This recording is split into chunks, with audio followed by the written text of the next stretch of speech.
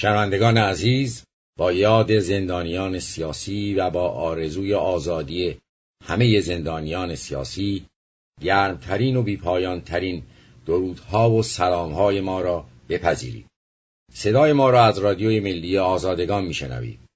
شماره تلفن ما 408 448 2400.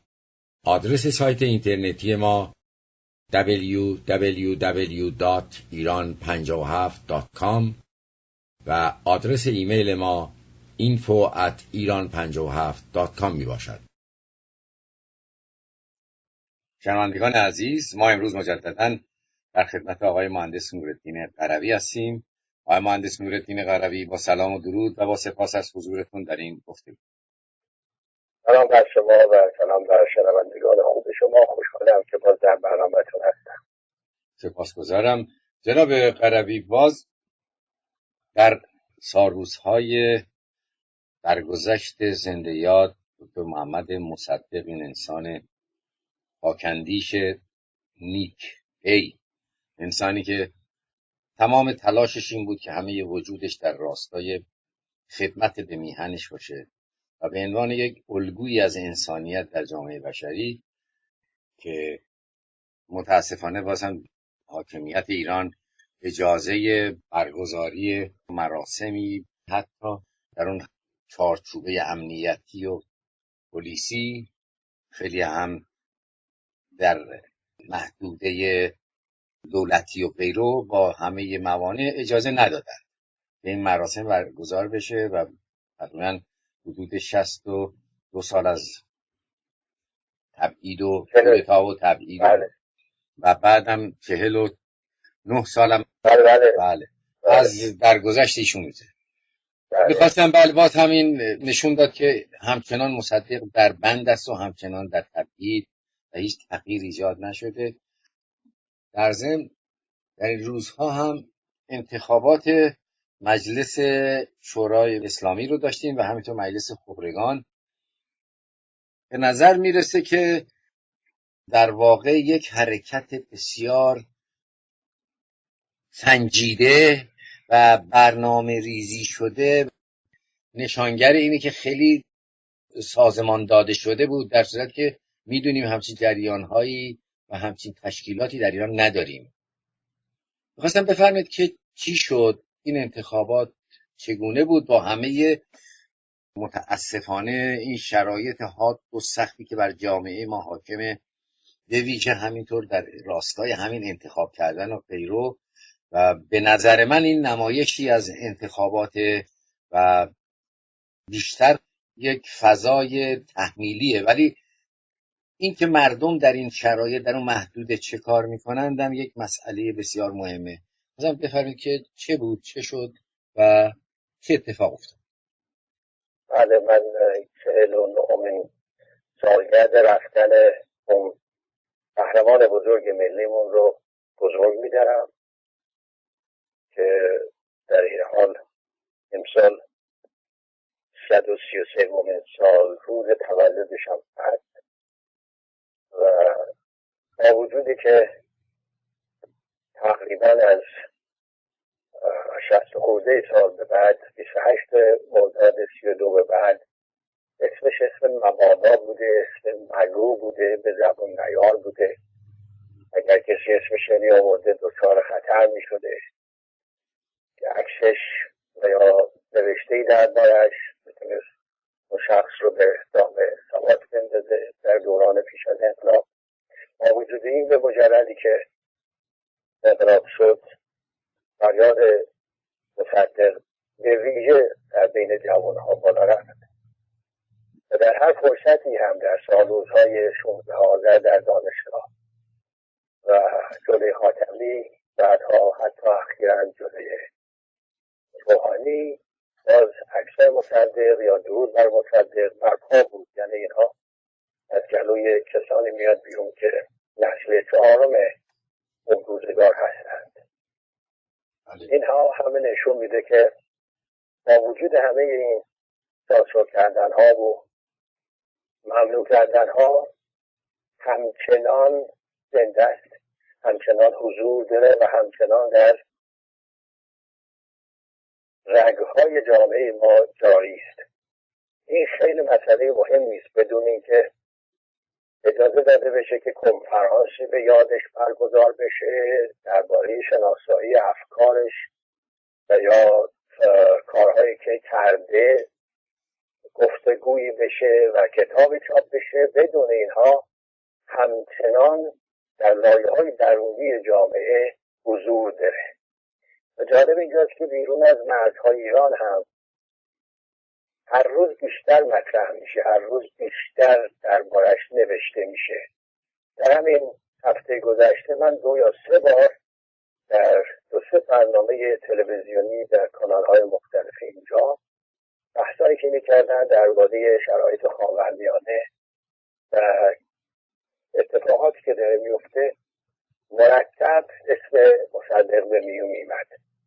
یکی از تحلیلگران به نام آمریکایی حرفی رو که چند سال پیش استفن کینگزر نویسنده کتاب همه مردان شاه در مصاحبه رادیویش گفت، این هم به نوع دیگری بیان میکرد. میگفت که بیگمان اگر ما کودتا میکردیم در ایران و دکتر مصدق که به صورت دموکراتیک برگزیده مردمش بود و یک نظام دموکراتیک برقرار کرده بود، اگر اون رو سرنگون نمی‌کردیم، بیگمان ژئوپلیتیک امروز منطقه چیزی بود به جز اونی که الان هست.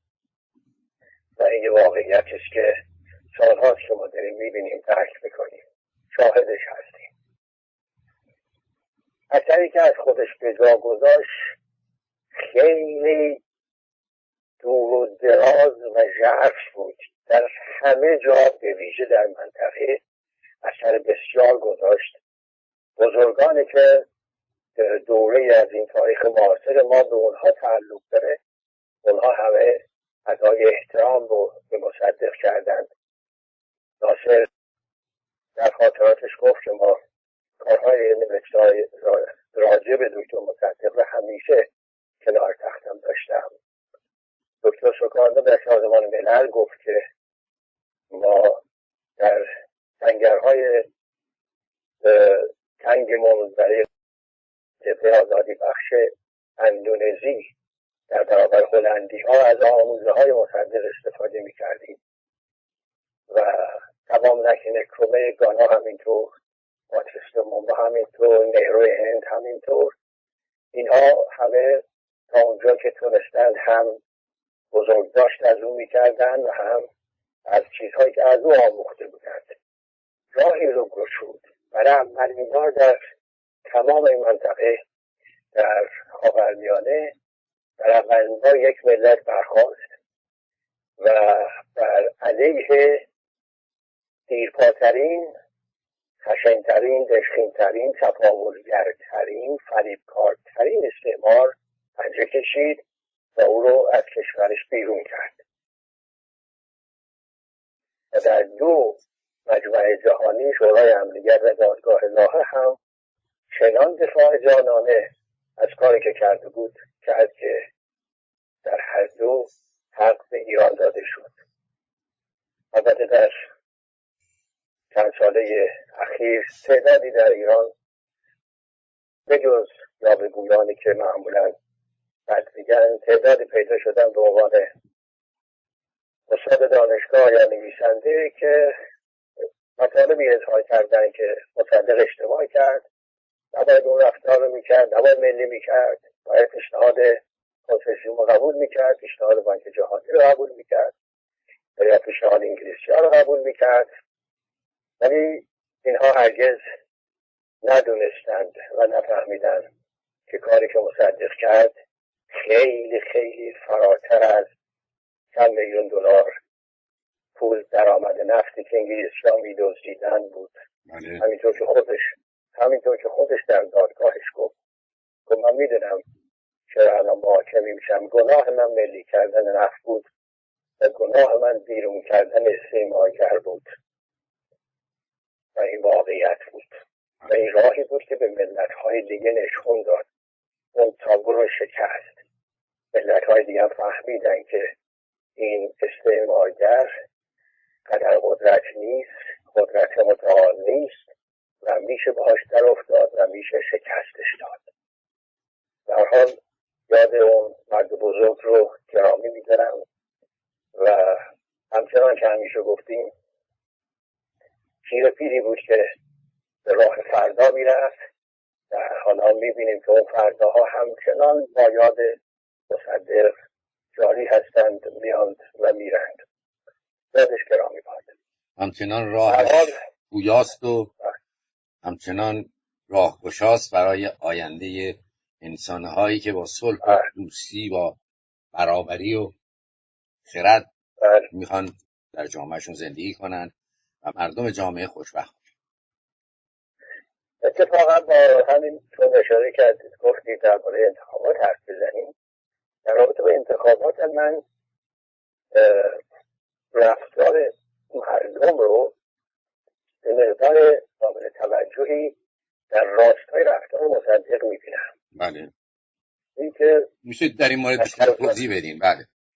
بله، دکتر مصدق اگر برای اینکه وقت نگیرم از کودکیش و جوانیش حرف نمیزنم، به دورانی میپردازم که در مجلس بود و طرح ملی شدن نفت مطرح بود که قبل از اون با لایحه گشگرشاییان به لایحه تمدید قرارداد با انگلیس مخالفت کرد و یارانی رو در مجلس داشت که با اون یاران مبارزه کردن، گرچه در اقلیت محض بودن در مجلس، ولی با پیکار جانانه‌ای که کردن تونستن لایحه ملی شدن نفت رو در مجلس، ابتدا در مجلس شورا به تصویب برسونن و بعدم در 22 اسفند 1629 به تصویب مجلس سنا برسونن که از اون به بعد روز 22 اسفند یه چیزی نمونده. از همین حالا بزرگش میدارم اون روزو 22 اسفند به نام سالروز ملی شدن نفت در تاریخ ما مونده. بله. نکته که خیلی جالب هست اینه که اولا مبارزه دکتر مصدق یه مبارزه پارلمانتاریستی بود، یعنی تو پارلمان بود، در اقلیت محض بود، اما اون کاری که میخواست بکنه میکرد. و جالب اینجاست که ترکیب اونهایی که باهاش کار میکردن خیلی جالبه. مثلا دو چهره که خیلی معروفن و نقش خیلی پررنگی کنار مصدق در رابطه با ملی کردن نفت بازی کردن، حسین مکی، مظفر بقایی. این دو نفر اعضای کابینه قبلا قوام السلطنه بودند، ولی مصدق با اونا همکاری کرد.